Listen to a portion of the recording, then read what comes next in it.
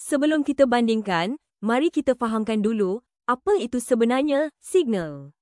Dalam dunia E dan I, signal adalah mewakili elektrik bagi maklumat atau data. Ia boleh datang daripada sensor yang mengukur suhu, tekanan atau label. Ada dua jenis utama yang kita akan fokuskan hari ini. Dalam dunia elektrik, instrumen, automation, kita ada dua jenis signal utama, digital dan analog.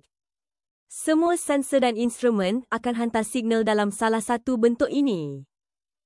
Digital signal senang difahami. Ia hanya ada dua keadaan, on atau off, sama ada kosong atau satu. Contoh mudah, limit switch, push button, proximity sensor.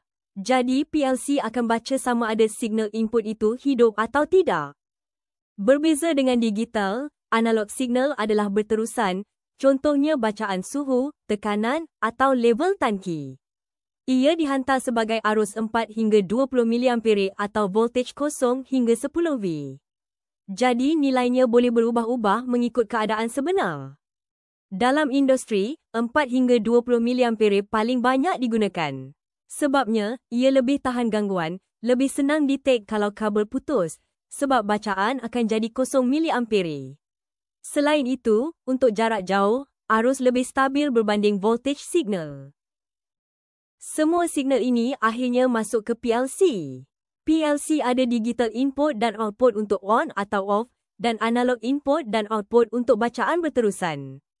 Jadi kawan-kawan kena faham jenis signal ni bila wiring atau troubleshoot. Berikut adalah beberapa contoh digital dan analog yang biasa dijumpai dekat tempat bekerja.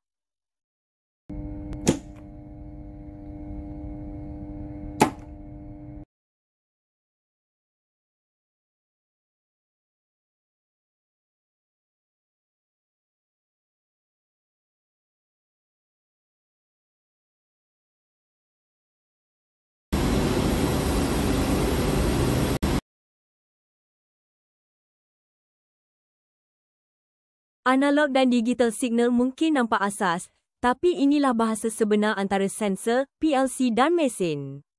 Kalau kawan-kawan kurang faham, troubleshooting boleh jadi pening kepala. Jadi sekarang saya nak tanya,